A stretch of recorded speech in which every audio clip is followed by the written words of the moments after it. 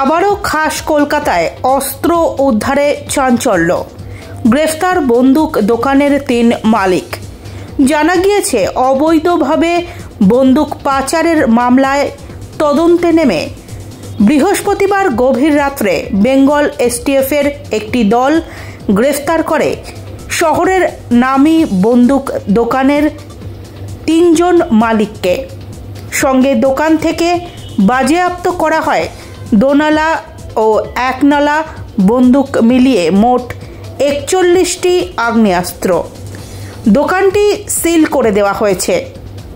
কলকাতার বিবাদী বাগ এলাকায় শতাব্দী প্রাচীন বন্দুক দোকানের 3 মালিক সুবীর দা, অভির দা ও সুব্রত দাকে গ্রেফতার করেছে বেঙ্গল এসটিএফ।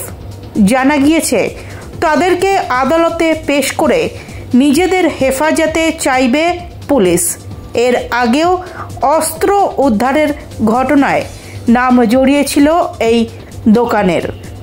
কেন বারংবার অস্ত্র উদ্ধারের ঘটনায় এই লাইসেন্সপ্রাপ্ত দোকানের নাম উঠে আসছে তা খতিয়ে দেখছেন তদন্তকারী অফিসাররা। উল্লেখ্য, গত আগস্ট মাসে খড়দা পুরসভার 5 নম্বর ওয়ার্ডের রিজেন্ট পার্ক এলাকার 5 তলা আবাসনের নিচতলার ফ্ল্যাট থেকে বিপুল পরিমাণ অস্ত্র ও কার্তুজ উদ্ধার হয়। সেই ঘটনার তদন্তে নামে রহরা থানার পুলিশ। পরে সেই তদন্তের ভার নেয় বেঙ্গল এসটিএফ। তদন্তে পুলিশ জানতে পারে, ওই বিপুল পরিমাণ অস্ত্রের কিছু কার্তুজ বিবাদী বাগ এলাকার নামী এই দোকানের। কি করে এই কাণ্ড ঘটল তার শিকড়ে পৌঁছতেই 3 মালিককে গ্রেফতার করা হলো।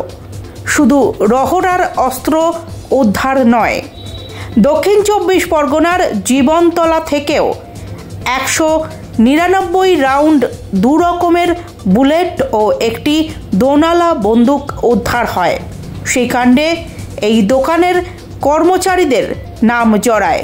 তাদের গ্রেফতার করে পুলিশ। দোকানটি বন্ধ করে দেওয়া হয়। তারপর খুললেও ফের বেআইনিভাবে অস্ত্র পাচারের নাম জড়ালো এই দোকানের। ফের তালা বন্ধ এই শতাব্দী প্রাচীন দোকান।